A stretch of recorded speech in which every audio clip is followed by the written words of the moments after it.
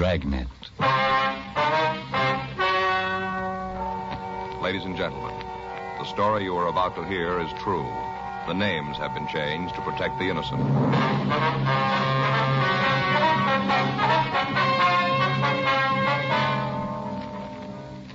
You're a detective sergeant. You're assigned a robbery detail. 3 hold-up men have robbed and beaten 2 supermarket operators in your city. You've got a good description of the thieves. Your job, get them.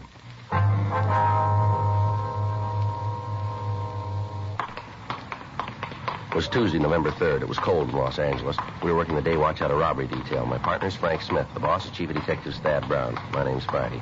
We'd gotten a hotshot call about a robbery, and it was 9:46 a.m. when we got to the corner of Lockwood and Barton Avenues. The Lockton Market. Officer back there. Yeah. Friday and Smith, Central Robbery. Oh, yeah, I'm Jackson, Unit 387. You answered the call? Yeah, we got here a couple of minutes ago. Where's the victim? Back room there. He's pretty bad off. Ambulance attendant's with him now. Mm-hmm. My partner's checking the neighborhood. If there's nothing you need me for, I'll give him a hand. Yeah, make a 211 report before you leave, will you? Right. Thank you. Looks like there was quite a fight. Yeah, stuff all over the place. Come on. What do you got in that bottle? It sure stinks. Yeah, you got to clean up these cuts. Let's try to hold still, huh? Ow! Hey, take it easy, huh? Yeah, something you want? We're out of Central Robbery. Is this the victim? Yeah, a couple of cuts, nothing serious. Tell him about Andy. He's the one who really got it. Who's Andy? Yeah, the clerk. Pretty rough. Looks like it might be a fractured jaw. He's in the truck now. Now, let me get this tape on you now, huh? Ow! That should do it. Might be a good idea if you saw your doctor. Yeah, what about Andy? We're going to take him down to Georgia Street Receiving. You gonna call me and let me know about him? It might be better if you called them. Yeah, okay. I see you guys, huh? Yeah, right. Yeah. Thanks. Yeah, sure. Boy, that one guy really clouded me. Hurts. Mm-hmm. Wonder if you feel up to telling us what happened here. 3 of them. 3. Came in and held up the place. Clouded me and Andy. Sure hope he's gonna be all right. What's your name, sir? Cliff Hall. You own the store, do you? No, me and Andy run it, though. We'd like to buy it. What time did these men come in? Must have been around 9:30, around in there. Did you give the officers who answered the call a description of the men? Yeah, that was the first thing they asked me. Go ahead, please. I was getting the money ready for the bank deposit. Andy was back here stacking bottle cases. These 3 guys came in. First off, I thought they were customers. Yeah. A couple of them walked to the back of the place. I thought they were picking out stuff. The other one kind of stood around by the cash register where I was. Go ahead. Well, after he was there for a minute and I see the other 2 aren't picking up nothing, I asked him if there was something I could get for him. That's when he pulled out a gun. What about the other 2? All worked like they had some kind of signal. As soon as the one in front pulled his gun, the other 2 did too. The fellow asked me to put all the money in a paper bag. Got the bag from up in front there. Took it right out of the stack and handed it to me. Said for me to put the dough in it. You recall his exact words? What? The way he said it, the words he used. You recall them? Let me see. I think it was, put all the dough in this bag. Don't say anything. Just do as I say. That was the way he said it. What'd you do then? Like he said. He had that gun pointed right at me. I could see the other 2 guys. I wasn't going to do anything but what he told me. I put the money in the bag. Mm-hmm. I thought they'd leave the place, but that's when Andy came out. I guess he wondered what the other 2 were after. You see, from where he was, he couldn't see the guns. Oh. He walked out to him, asked if there was anything special they were looking for. Mm-hmm. What happened then? Well, then he saw what was happening. He saw the guns, and he tried to throw the guys out. I don't know why he did it. Andy's like that. He gets an idea in his head, and there isn't anything that'll shake it loose. He tied into those 2 guys, almost had them whipped, too, even with the guns. The guy that was with me saw what was going on and yelled back at him, told him not to shoot. He ran back and laid his gun alongside Andy's head. Clouded him right along in here. Mm-hmm. Andy dropped like a sack of potatoes, and the 3 guys ran out of the store. How much money did they get, you know? I hadn't finished up with a bank statement yet. I'd just be guessing, but I'd say about $8,000. Might run to 8.5, but that's about it. I see. Now, if you could just give us a description of the men. All 3 of them? If you could, yeah. The one who was with me must have been about 5'11", kind of dark complected, had straight black hair. What color were his eyes? Brown. You have any marks or scars you could see? No. Clean shaven? Yeah, I had a real dark beard. Looked kind of like he had some kind of talcum powder on. Do you remember how he was dressed? Let's see. A dark blue suit, gray top coat, gray hat. Was he wearing a tie, do you know? Yeah, a gray tie with maroon stripes. You know, kind of diagonal, a thin tie. Anything unusual about him? Make it easier for us to identify him? No, I don't think so. How about the gun he was carrying? What kind was it? Well, I couldn't see the name. No, sir. I mean, was it an automatic or revolver? Oh, an automatic. Looked like a big caliber. I'd say .45. One of the other fellas had a revolver, but the guy with me and the small one had automatics. You know if they drove a car? Well, if they did, I didn't see it. Might have had it parked right out in front for all I know. I told you I was busy when they came in. When they left, I was too worried about Andy to pay any attention to him. The way they hit him, a terrible thing, right along here. Oh, excuse me a minute. I got some aspirin here in the drawer. Yes, sir. Sure hope Andy's going to be all right. We've been together a long time. Can't get over that little guy, the one who hit me. I should have taken him. But the big one, he's tough looking, a real fighter. Well, it isn't going to help much. Huh? He's going to lose this one.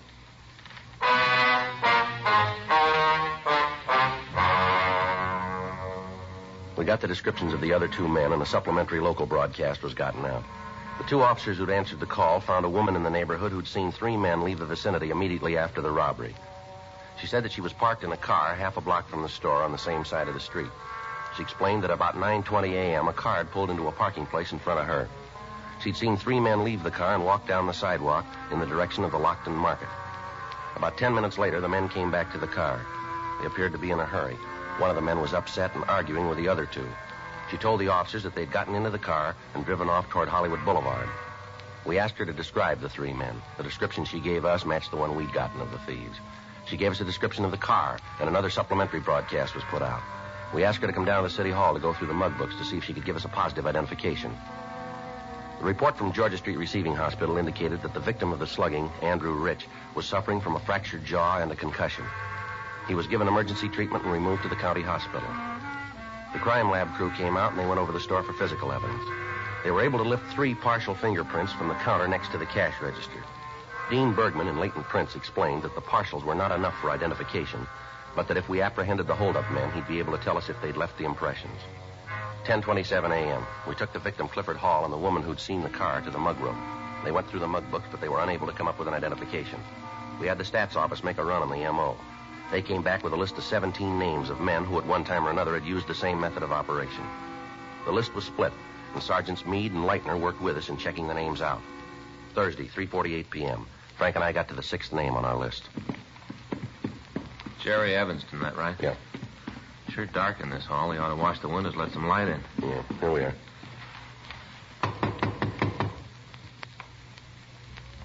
Might not be in. Yeah, we'll try it again. Now let's talk to the manager. Yeah. Yeah? Who is it? Manager, we want to see you a minute. Just a minute.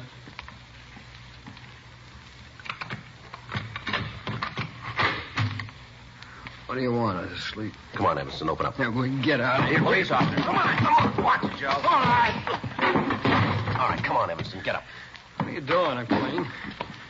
Look, you got no right to come busting in here like this. Yeah, you're so clean. What are you putting that trouble for? I got scared, that's all. I just got scared. Well, how'd you feel if somebody woke you up and then shoves their way into your room? You ain't going to stand around and just let them do it. He's clean, Joe. I told you that. Look, I got no trouble. I don't want none. You check with Galloway. He'll tell you. I'm home every night at 9 o'clock, every night. Where were you this morning? Huh? This morning, where were you? What time? You just tell us what you did, starting when you got up. I was up all night. I got a virus or something. I couldn't sleep. Take a look there in the dresser. You can see the stuff I've been taking. I haven't been out of this room, not for a couple of days. Can you prove that? Why? Can you?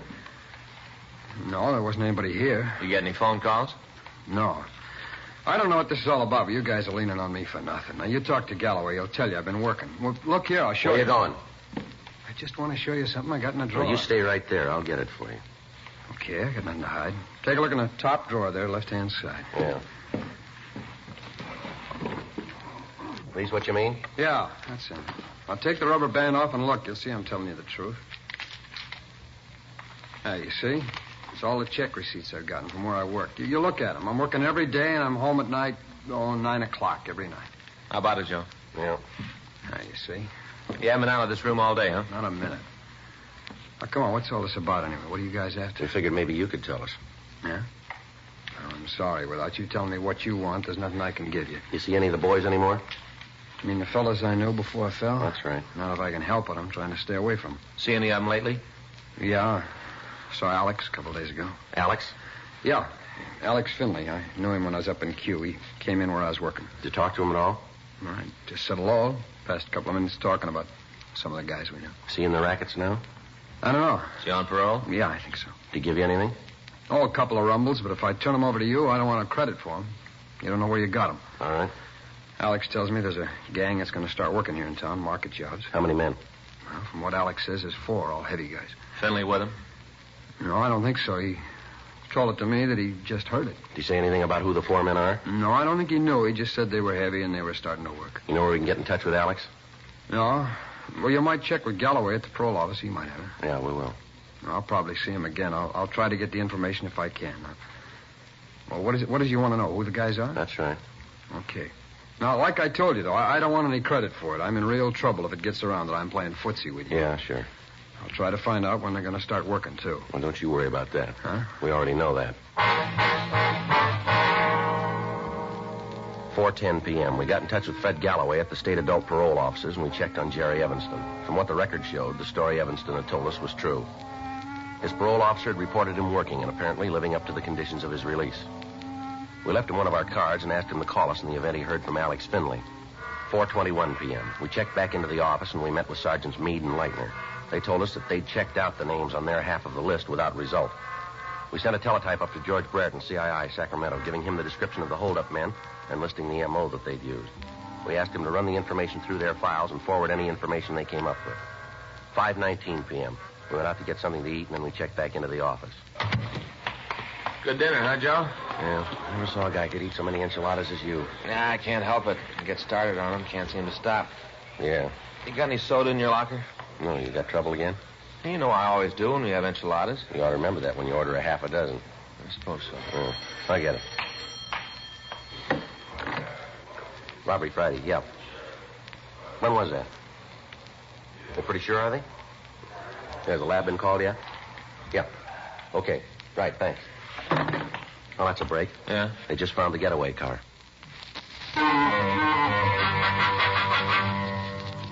6:47 p.m. We left the office and drove out to where the car had been found. It was parked on Lockwood Avenue, 5 blocks from the market that had been robbed.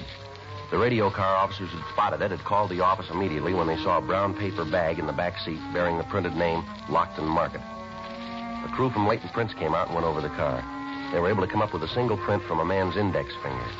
Bergman compared it with the partials found at the market. They matched. We checked the white slip in the car and found that the vehicle was stolen. The report on it had been filed at 10:37 a.m. that morning. We talked with the people in the immediate vicinity, but none of them were able to tell us anything about the people who'd parked the car.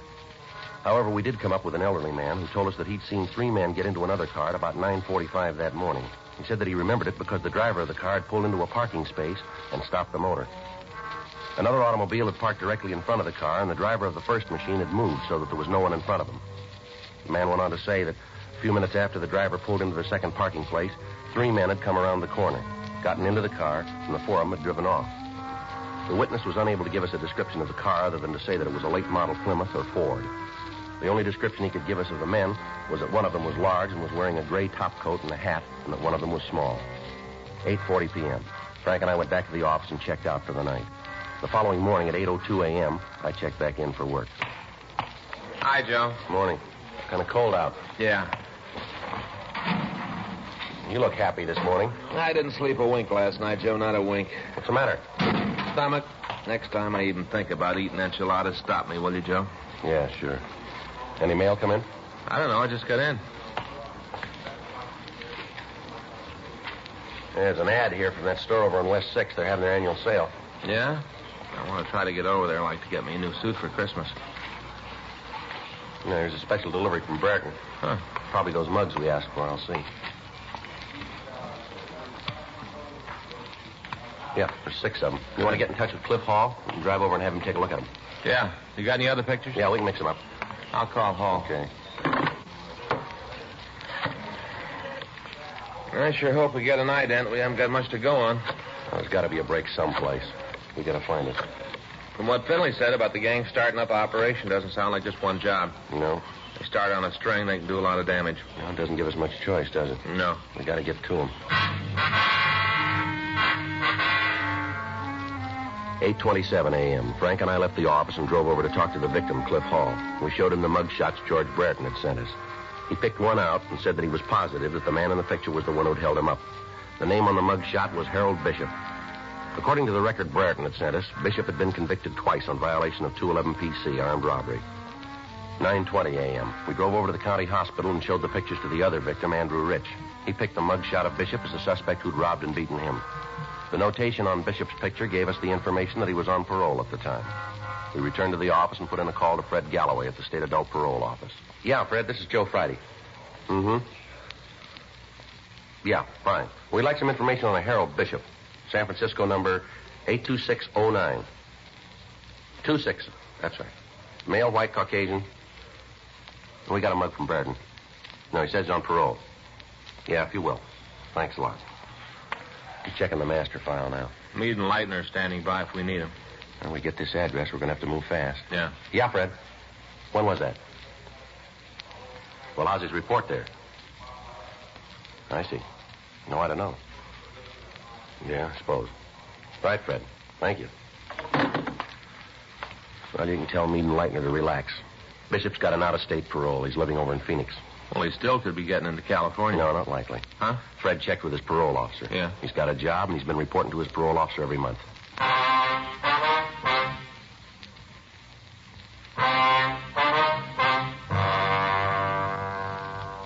We asked Fred Galloway at the state parole office to contact Bishop's parole officer in Phoenix and check him closely. The report came back that the suspect had a job with a small contractor and that he'd been working regularly. He'd also been giving monthly reports to his officer. We'd had a suspect identified by two of his victims, and yet if the information we'd gotten was correct, it would have been a physical impossibility for him to have committed the robbery. We got a copy of his jacket and looked over his past record. We found that Bishop had been arrested for armed robbery the first time 18 years previously. He'd been brought to trial and acquitted. The next arrest was 10 months after his trial. He'd been convicted and served 6 years at San Quentin. He'd been released, and within 6 months, Bishop had been picked up again. This time, he was sent to Folsom Penitentiary. While he was there, he appeared to be a model prisoner, and after serving 4.5 years, he'd been placed on parole. After leaving the prison, he'd requested and been granted an out-of-state leave. In checking Bishop's M.O., we found that it matched exactly that of the thieves who'd held up the Lockton Market. The time of approach was the same. The number of men used was the same. The method of leaving the scene was exact. We had a suspect, and yet he couldn't have committed the crime. 3 weeks passed. On Saturday, November 26th, the thieves hit again. In checking with the victims, they identified the mugshot of Bishop. We put in a long-distance call to the Phoenix Police Department and asked them to check on the suspect. We got word back that he was in their city. They told us that he wasn't at work due to a virus infection. They went on to say that they'd checked with his landlady and that she'd told them that Bishop hadn't left his apartment at all on the day of the theft. Monday, November 28th, we got our first break in the case. I'll get it. Robbery, Smith. Yeah. Oh, yeah, Jerry. Uh-huh. You sure about that? Where? Uh-huh. How about the rest of them? Yeah, just a minute. Toss me that pad, will you, Joe? Here you go. Okay, Jerry. Go ahead. Yeah. Mm-hmm. How do you spell it? L-A? L-E-A-H-Y? Uh-huh, I got it. Mm-hmm. You know the address? Yeah. Okay, thanks, Jerry. We'll get in touch with you. Right. Jerry Evanston, remember the guy we talked to over on South 7th? Yeah? Well, the way he tells it, we aren't too far off. How do you mean? He saw Bishop in town last Saturday.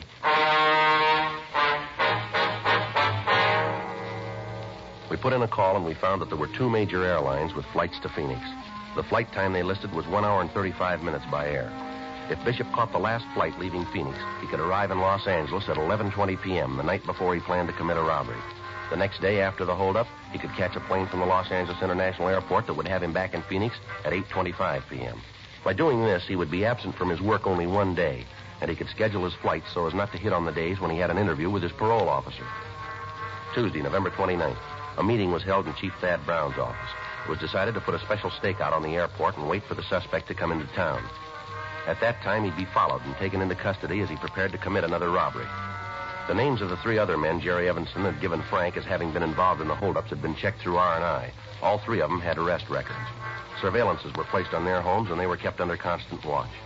Monday, December 12th, 11:15 p.m. Frank and I relieved the stakeout at the airport. There's a bench over there. We can keep all the gates in view. Yeah.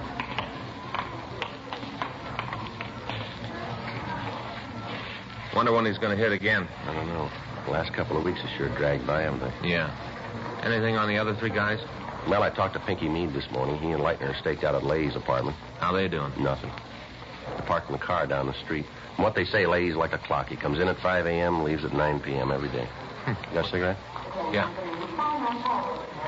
Here you go. Thanks. Joe. Yeah. That's Bishop. Let's let him get outside. Yeah. Wonder if he's got any luggage.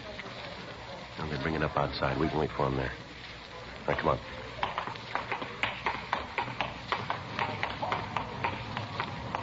You see him? Yeah, there he is. Getting into that cab. Come on.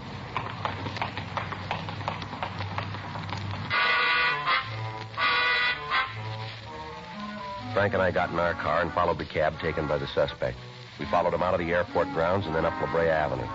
The cab turned right on Washington Boulevard and headed for downtown Los Angeles. We pulled up to a stoplight. Still got him? Yeah, he's still up ahead, in front of that blue Mercury. See him? Yeah. You got the number of the cab? Mm-hmm. 2974.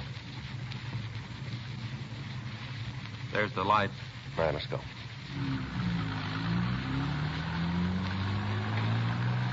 Better try to pick it up a little, Frank. Cab's pulling away from us. Yeah. Think he's seen us? No. Can't you close in a little? Traffic's too heavy. Can't use a siren. We'll trip him. Yeah. Still see him? Yeah. There's a break. Guy ahead's making a right turn. Now we're right behind the cab. Yeah. I'll close in now. Good. Watch it, Frank. That guy pulling out of the alley. Hold on.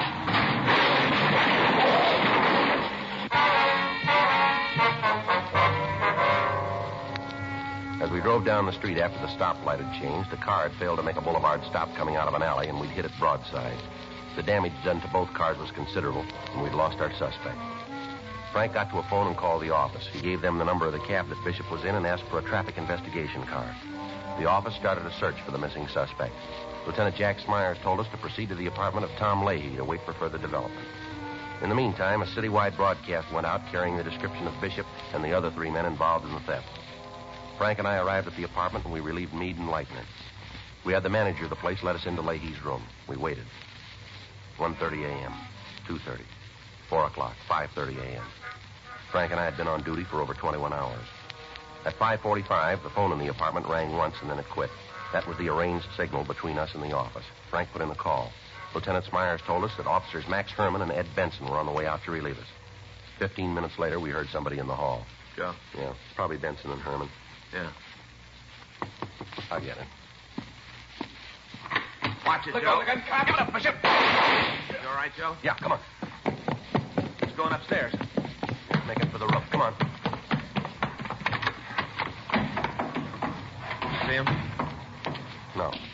You want to take that side? Right. Watch it. Behind the elevator shaft, Joe. Yeah, I see him. Get away from me, cop. You're in trouble, Bishop. Don't build any more for yourself. I got nothing to lose. They'd help me again. I'll be up at the joints for life. Don't cost no more to kill you. There's no way off this roof, Bishop. Throw that gun out here and you follow it. You're out of your mind, cop. Give it up, Bishop. Now, come on, throw that gun out. I'm going out, cop. You try to stop me, I'll blow your head off.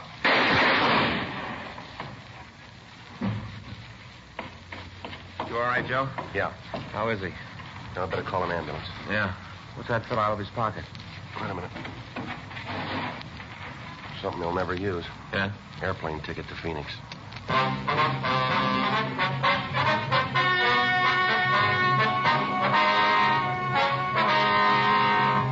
Albert Martin Kruger, Harold Nelson Bishop, Thomas Nagel Leahy, and Charles Everett Lee were taken into custody and brought to trial for 2 counts of robbery in the first degree. They were convicted and received sentence as prescribed by law. Robbery in the first degree is punishable by imprisonment in the state penitentiary for a period of not less than 5 years. Because of his previous record, Thomas Nagel Leahy was given the maximum sentence and is now serving life imprisonment in the state penitentiary, Folsom, California. Dragnet is a presentation of the United States Armed Forces Radio Service.